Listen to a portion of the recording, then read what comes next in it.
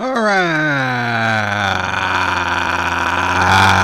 we are live, ladies and germs, for the final race review of 2023. It's been a season, to say the least.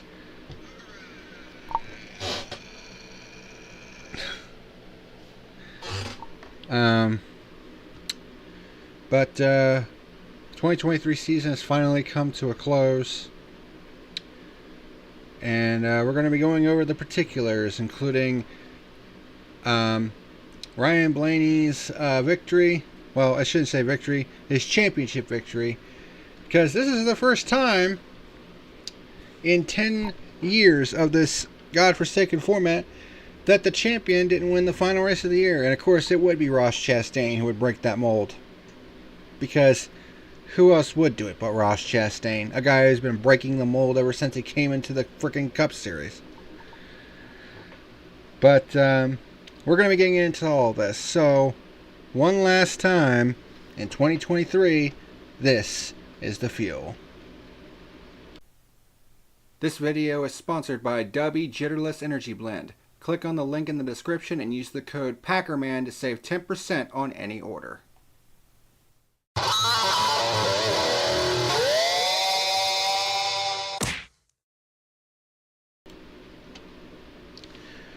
What's happening, ladies and germs? This is the PackerMan, and welcome to the final race review of 2023 here on the Fuel, the NASCAR Cup Series Championship finale at the Phoenix Raceway. And you know, I've been JJA Blaney was my pick. Hell, a lot of people's pick, and he did it. Yep. We're going to be getting into all that. But I'm going to be the first one to admit that I've been rather harsh on the Phoenix Raceway as of late, because quite frankly, the racing at Phoenix has been lacking, to say the least. I mean, especially when you look back at last year's absolute fucking dud of a race. I mean, that was one of the worst Phoenix races of all time. And then, I mean, I don't even remember the spring race, other than the fact that William Byron won it. I can't remember what rating I gave that race. I would imagine it's not a great one. But this race, for once, was actually pretty solid. I'm not going to say it was an all-timer, because it was not. But, I mean, you had some people on Twitter, including guys like Jeff Gluck and Brett Griffin, and they were all screaming for this race to be a different finale.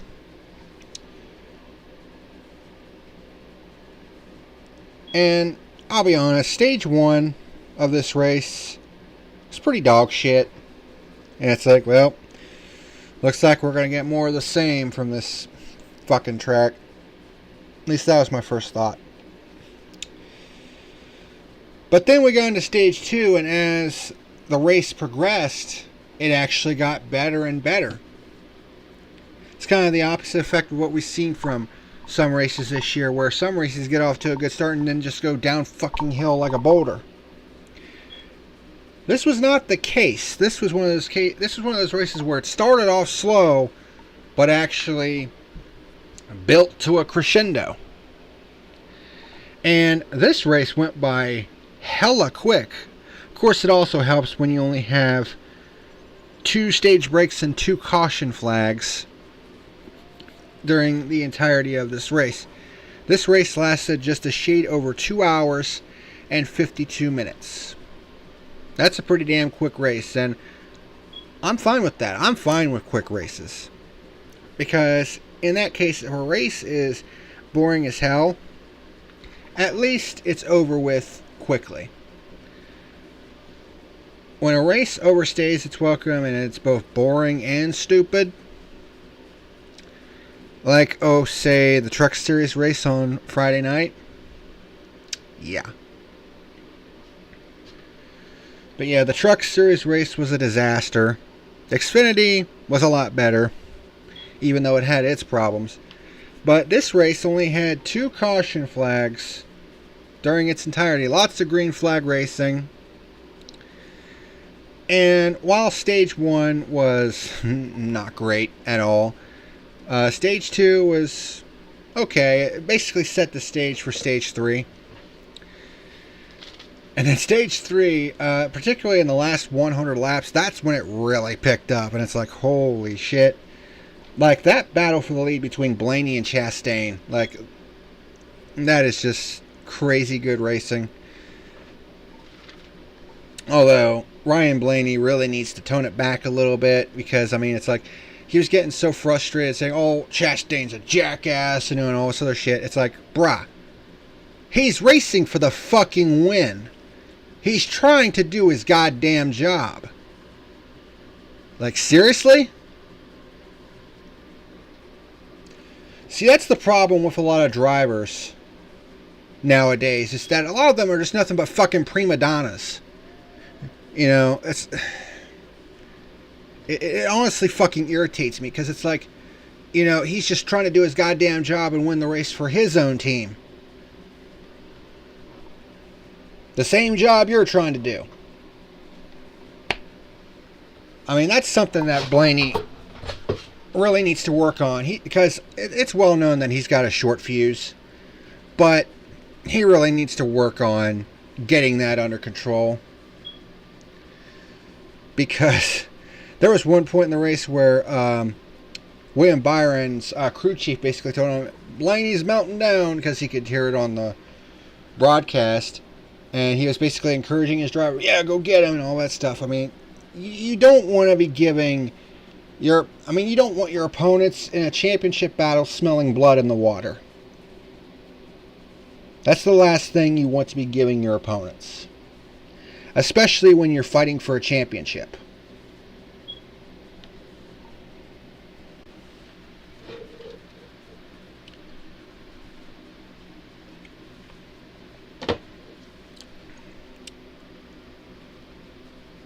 But it gave us a hell of an entertaining Stage 3, I'll tell you that much.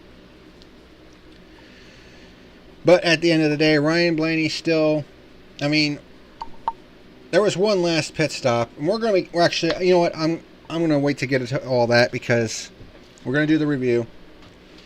We're going to get into all that. So, let's get this over with. So, race notes for the championship finale. William Byron started the best of the 4 championship 4 contenders, which were William Byron, Kyle Larson, Ryan Blaney, and Christopher Bell. William Byron started from the pole. He led lap 1. Larson went 3 wide with Truex and Harvick for second right off the bat. Chastain and Truex were battling for the 5th position. Chastain got by Larson for 4th. And it was at this point that I kind of had a feeling Chastain was going to be good in this race. Because ever since he's gotten in that one car, he's actually been really good at Phoenix. Really good at Phoenix. I mean, he's been good in the spring race. He's been good in the finale. Of course, finished 3rd last year. That's the funny thing. Ryan Blaney's actually finished runner-up in the championship finale 2 consecutive years. Of course, last year he was kind of playing foil for anyone trying to attack his teammate Logano. This year, he ended up raising the cup. So, funny how that works out. But, anyways, Harvick starts closing in on Byron for the race lead in the closing stages of Stage 1. Of course, this is Harvick's final career start. It's pretty emotional for him and his family.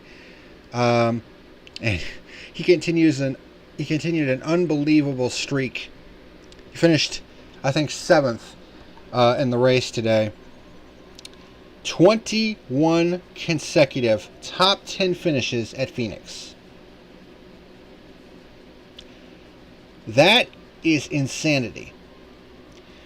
Basically, that means he went over a decade racing at the Phoenix Raceway without finishing outside the top 10. When you consider how chaotic motorsports can be with, engine failures, tire failures, getting caught up in somebody else's mess and all that stuff, for Kevin Harvick to finish in the top 10 at Phoenix in 21 consecutive races. I mean, what else can you say? And of course, he also has 9 wins at Phoenix. 9 of his 60 career wins have come at Phoenix. I mean, there's nothing else you can really say. And despite the disdain I've had for Harvick in the past, the fact of the matter is, it's truly the end of an era with Harvick, because Harvick was the last full-time driver left in Cup competition that had competed in the Winston Cup era, the golden age of NASCAR.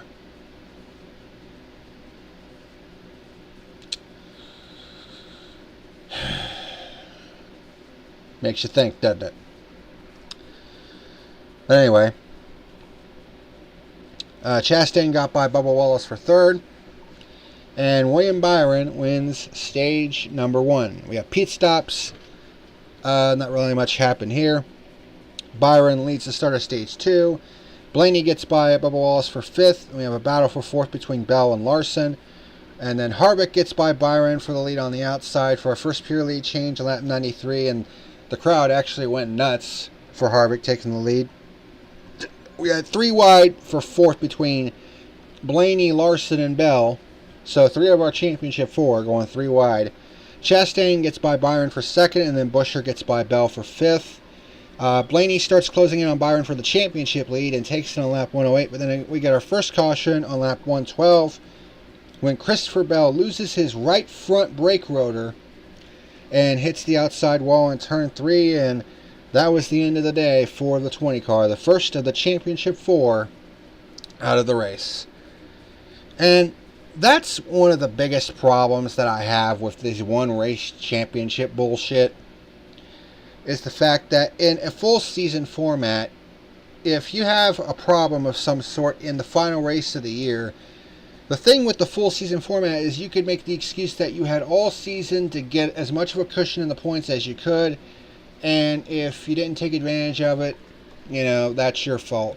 In these one race championships, I mean, it's basically all or nothing. And when you have something like this where a driver experiences a problem not of his own doing, it was a mechanical problem, and it knocks him out of the championship race, I mean, that's just fucking stupid. It's another one of the reasons why I can't stand this format. Motorsports is just way too goddamn chaotic for this kind of format. And I've said it before, and I will continue to say it again until time stops.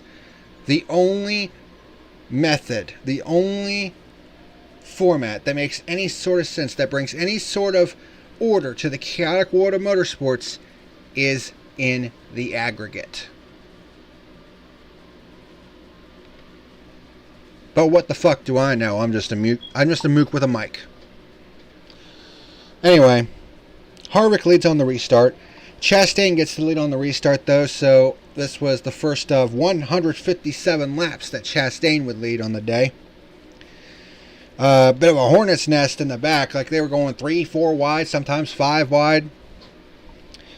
Cindric hits the wall in the dogleg and breaks the toe link in the right rear. I mean, Cindric, he was nowhere this season. Like, he was there, but really wasn't. Just basically non-existent for the entirety of 2023. Truex gets by Byron for 4th, Buescher up to 3rd at this point. Logano hits the wall in turns 1 and 2, but doesn't break the toe link unlike his partner, or his teammate. Blaney gets by Larson for 6th. Buescher gets by Harvick for 2nd. Blaney starts closing on Byron for the title lead once again. Buescher starts closing in on Chastain for the race lead and takes it on lap 172 for our second pure lead change of the day. We have a battle for 4th between Truex, Byron, and Blaney, and Buescher wins stage number 2. So, pretty okay race up to this point. And then this is when shit really starts to go down. We have pit stops, and Chris Buescher loses 7 spots after coming in with the lead, so that sucks. And Chastain comes out with the lead, and he leads the start of stage 3. So at this point, Byron was 2nd, Blaney was 4th, and Larson was 5th. So Byron was the championship leader at this point. Blaney closes in on Byron for 2nd in the race and for the lead in the championship, and takes it on lap 211. So we're now down to the final 100 laps, and that's when this race really started to get good. Truex gets by Byron for 3rd, and then Blaney starts closing in on Chastain for the race lead. And then we have green flag pit stops with Byron and Larson kicking off green flag pit stops on lap 241. Blaney coming in a lap later. Larson was actually able to leapfrog Byron on the pit stops. Hamlin stays out long, as well as Briscoe and Stenhouse, but they eventually had to come in. And Chastain cycles back with the race lead. And then Blaney starts challenging Chastain for the race lead at this point. And he was getting very, very aggressive. In fact, he actually tried to put the bumper to Chastain in turn 1. And I'm thinking to myself, dude, you got the championship in your grasp right now, and you're doing this fucking bullshit. Like, what are you doing? And all this did was let Truex into the battle as well. So now we have a 3-way battle for the lead. Blaney led lap 258, then Chastain led the next lap after that. Blaney was actually able to take the lead away from Chastain fully, but then he got loose, and that allowed Chastain back underneath him once again. So in a span of 4 laps, we had 4 pure lead changes. It's like, wow, okay, this really picked up big time. Truex gets under Chastain for the race lead, but is unable to take it. They were starting to close in on heavy backmarker traffic. Blaney gets back by Truex for 2nd. Then we have our 2nd and final caution of the season on lap 275 when Kyle Busch spins off of turn 4. Man, the second half of this year, not kind to Richard Childress Racing at all. So now we come to pit stops, and it was starting to look like a mirror image of 2021 because Kyle Larson's pit crew, dynamite. Got him out in front of Larson, or in front of Blaney and Byron to take over the championship lead. There were actually 2 drivers, Eric Jones and Denny Hamlin, that took just 2 tires. So they led on the final restart of the season with 31 laps to go. So pretty decent run to the finish. Chastain powers around the outside for the race lead. His car seemed to be good on the short runs. And he basically took the lead and said, bye! Marcus, this is also Eric Almirola's last race. He finishes 13th. Well, it's his last race in the 10 car. He's not exactly retiring, per se. But he's not going to be full-time next year. He was actually looking to get more of a part-time deal with SHR, but they really couldn't work it out. So this is actually his last race as a full-time driver. Because he wants to go to a part-time schedule next year. Where he's going to go, I have no idea. No idea. But yeah, SHR losing two drivers, Harvick and Almirola. Josh Berry's going to be slotting into the 4 car next year. As far as the 10 car is concerned, rumors are going around that it's going to be Noah Gragson. I don't know if that's actually going to be the case, but like I said, we'll have to take a wait-and-see approach. So Chastain basically said, yeah, like JJA said, we basically echoed the same thing.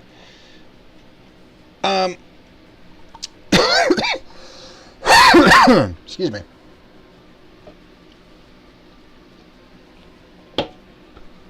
But anyways, Chastain said sayonara.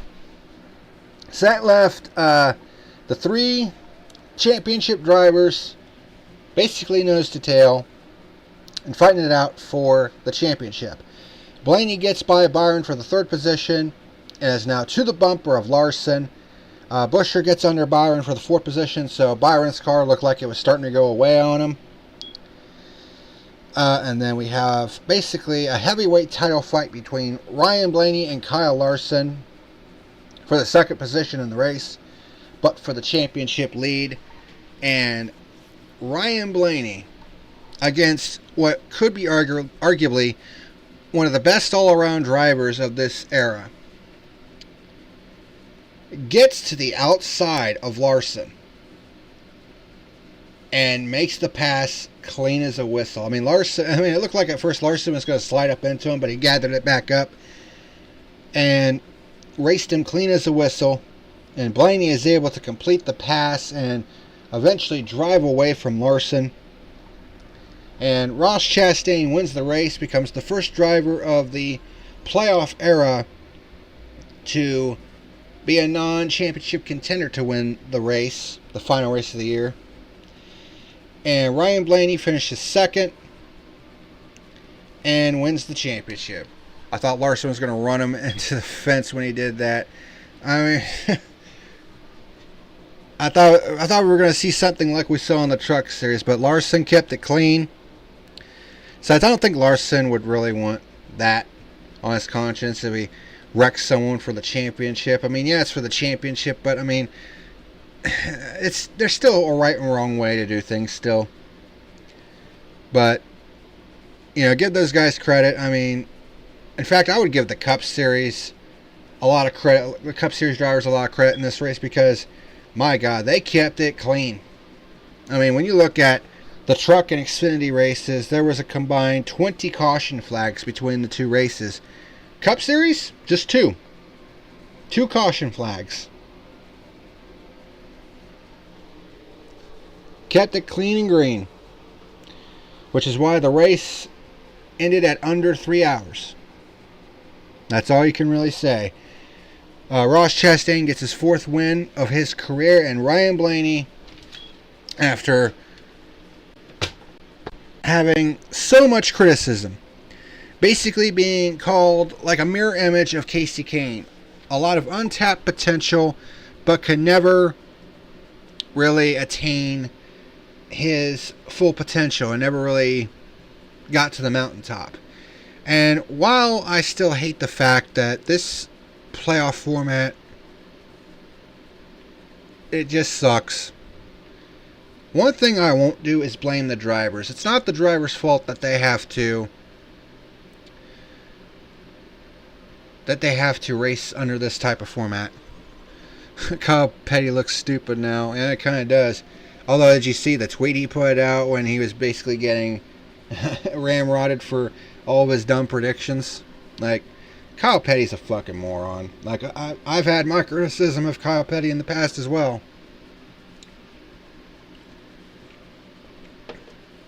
So trust me, I know.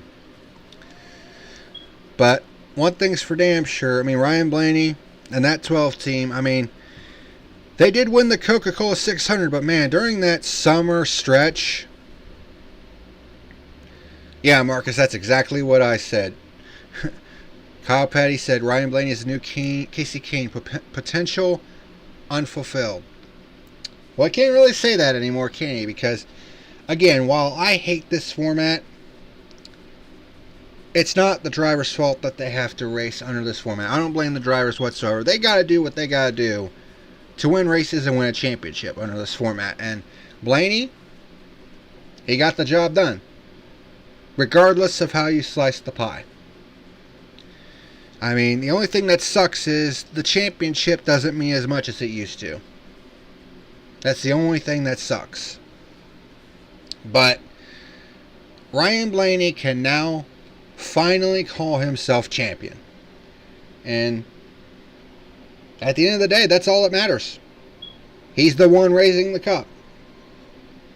So what else can you say? The format sucks. I will never change my mind about that. And I still think a one-race championship is dumb. But Ryan Blaney, he did what he needed to do to win the championship. And that's all that can be said. So, for the final time this season, here are the race stats. 18 lead changes. It wasn't looking good early on. There was only like 4 at the end of Stage 2. So, it wasn't looking good early on in this race, but it really heated up in Stage 3. 6 pure lead changes. Of course, 4 of them was that quick exchange between Blaney and Chastain, which was just unbelievable to watch. Only 2 caution flags, 2,200 green flag passage, which comes out to 7.7 on average per lap. So yeah, this track is still hard to pass on. But for, what we saw, it was actually not bad. It really wasn't. I was pleasantly surprised by what we saw tonight. Because this track this track's sucked ass in recent years, but it put on a good race tonight. I mean, what else can I say? Last year was a fucking dud and a half, but that was last year. This year, it was actually not bad. And then Ross Chastain led the most laps at 157. Of course, Chastain, he's been good at Phoenix the last couple of years. Ever since he became the driver of that one car, he's been really good at Phoenix, for sure. More lead changes than the last 2 years at Phoenix. Yep. It didn't look that way early in this race. The first half of this race was kind of, but second half of this race, it really heated up. It really did. So, as for my final rating for the NASCAR Cup Series Championship finale, I am going to give this race a 7 out of 10. It could have been better. It absolutely could have been better. If the first stage didn't suck so much ass, like literally nothing happened in the first stage, like at all. If the first stage had been good, this rating would have been a lot higher. The other Phoenix race this year gave a 2 out of 10. Well, there you go. The spring race sucked dick. That's probably why I couldn't remember, because there wasn't anything good that came out of it. So there you go. But, yeah, the championship race was actually solid. It didn't suck. Well, overall. First stage sucked dick. But if the first stage was actually halfway decent, this probably would have gotten an 8 in all likelihood. But I'm going to be good with it and give it a 7. Phoenix really only needs one date anyway. I'll be honest here. And I might do a video about the schedule and also, about format change and whatever the fuck else. But I'm going to be completely honest here. A lot of these tracks that are on the schedule shouldn't have 2 dates. Because when you look at the grandstands at some of these tracks that have 2 dates, they're not selling out these races. And you've seen what happens when, they take a race date away. All of a sudden, that one race date becomes a lot more valuable, and all of a sudden they're selling out their one race date. But yeah, really, there should only be like 4 or 5 tracks that have 2 dates. I would say Charlotte would be one, mainly because it has the Coke 600 and the Roval, which is 2 completely different races. So I would see Charlotte keeping its 2 dates. Daytona, obviously, keeping its 2 dates. Talladega, that one's an obvious one. I would say Martinsville, because it's the only remaining charter track on the schedule that has been in every single Cup Series season. So for that reason alone, I would keep it on the schedule. And perhaps Vegas. Mainly because of the location. Like, it's Vegas. Glitz, glamour, glitter. And let's be honest here. I know I've heard a lot of people say Kansas might have been the best mile and a half this year. No. I would say Vegas is the best mile and a half right now. But every other track should have just 1 date. And that would open up a lot more room on the schedule. You know how many extra races, how many different extra tracks that we could open up if like only 5 tracks had like 2 dates, like the 5 tracks I mentioned? There'd be 7 free races left to fill. Think about the fucking potential that would bring. Like, holy shit. The wide variety of different tracks that you could go to. Because let's be honest here, Darlington does not need a second date. Atlanta does not need a second date. I don't know how the fuck both of those tracks got their second date back. I really don't. Kansas does not need a second date. Phoenix does not need a second date. That's for fucking sure. And I would say Richmond and Bristol don't need a second date. Because let's be honest here, Richmond is not the racetrack it used to be, and Bristol cannot sell out its spring date to save its life.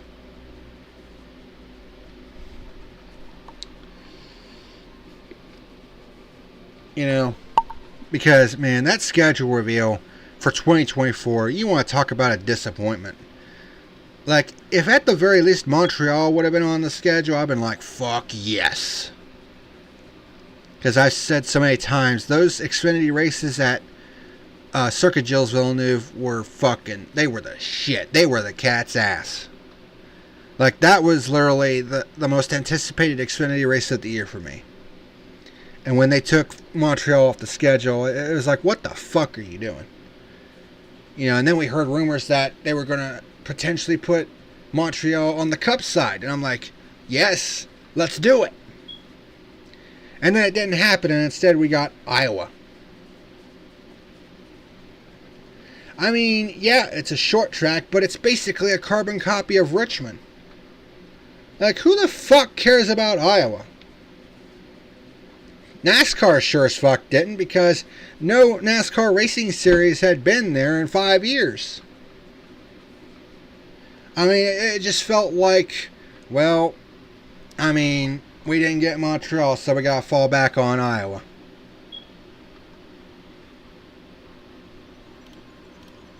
I don't know. But, you know, whatever. It is what it is. I heard they wanted to have Montreal on the schedule too for next year, but what can you do? Yeah. It sucks. Because that would have been a race I would have been looking forward to for sure. But, you know, it is what it is.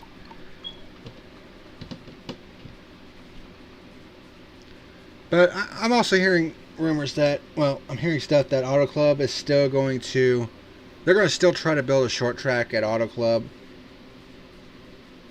But we'll have to wait and see on that one. Because they're in the process of demolishing the old track. So, yeah.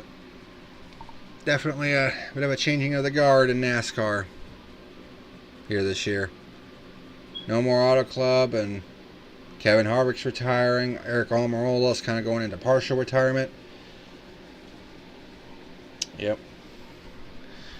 But, well, we have come to the end of another season. This is the 5th season of NASCAR that I've covered here on this YouTube channel of mine. That would be a lot of potential for other new tracks to go to. Yeah, that's exactly what I said. Exactly. I mean, the potential would be absolutely insane. You know, I mean, because NASCAR always wants to tote that it has the most diverse schedule in the world. I mean, you could really make that claim if you took out a lot of the races that don't need second dates. Because like I said, if there was only like 5 tracks that had 2 dates, I mean, that would essentially leave 7 races that you need to fill. I mean, think of the fucking potential.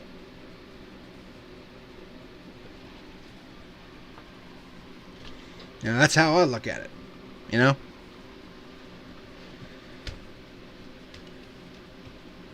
But, problem is, when you have fucking dunce caps like the 2 Steves, O'Donnell and Phelps in charge,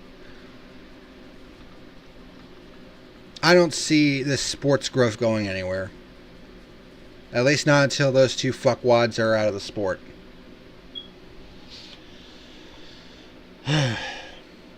But,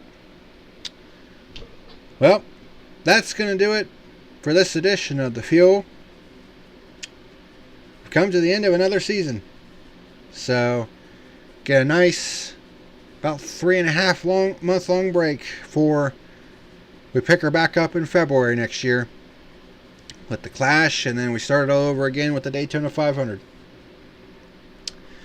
So, for those of you that are watching this after the fact, and those that have come in to watch live, thank you very much for watching The Fuel this season. Been a lot of reviews this year that have really gotten a lot of viewage, like the Chicago Street Course race. That was actually the most watched video that the Fuel has had, at least until the Xfinity Martinsville review. That one blew up like fucking wildfire. But crazy year. And while this season certainly started to pick up steam near the end of it, last couple races were actually pretty solid, pretty good. It still doesn't change the fact that this season was pretty much a downer. Because way too many controversies, way too much dumb shit. Ratings are down. So I wouldn't doubt it if the ratings for this race were down compared to last year. Even though this race was better. Which sucks. But, 2023 season's in the rearview mirror. Take a nice little break. Chase getting hurt certainly messed things up too, yeah. I mean, when you have your most popular driver getting hurt, and I mean, it definitely seemed to affect his focus the rest of the season, because he just didn't seem like the same guy that we've seen compete for wins and championships over the last 4 years. I don't know. It just seemed like his heart wasn't in it this year. Like he kind of, I don't know. I mean, it's certainly, I don't know. I don't think that's really the case, but it just felt that way. But, it's one down year. Everybody has them.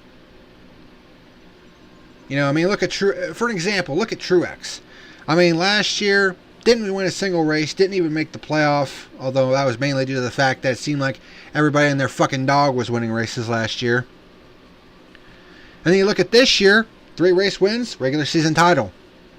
And yes, he did have that monumental collapse in the fucking playoff, but I mean, he still made it to the round of 8 somehow. Which is a far cry from the previous year. So yeah, one down year is not going to hurt Chase. I think they'll get things straightened out, and I think he'll be back competing for race wins and the championship next year. So that's how I feel about that one. But that's going to do it for this season of The Fuel. There might be some other episodes, but just won't be race reviews, because we're done with race reviews for the year. The penalties also brought the season down. Yeah, there was a lot of dumb shit during this year. And also, the inconsistency of the officiating was dumb. Like, there was a lot of things that really hurt this season. I mean, it started to finally pick up steam by the end, but, it's just too little too late. But hopefully, they'll be able to keep this momentum going into next year. But we'll have to wait and see. But thank you very much for watching this season of The Fuel. And until next season, this is the PackerMan signing out. See you later.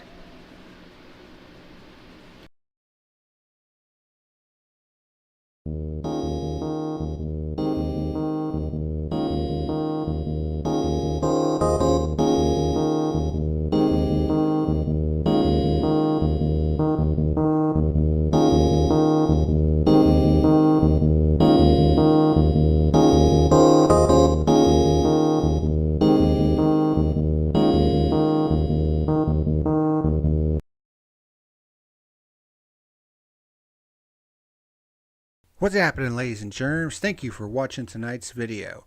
If you're interested in sponsoring the channel, there is a link to my Patreon down in the description box below. Otherwise, hit like and subscribe if you want to continue watching great content like you saw today. Thank you very much for watching, and until next time, this is the PackerMan signing out.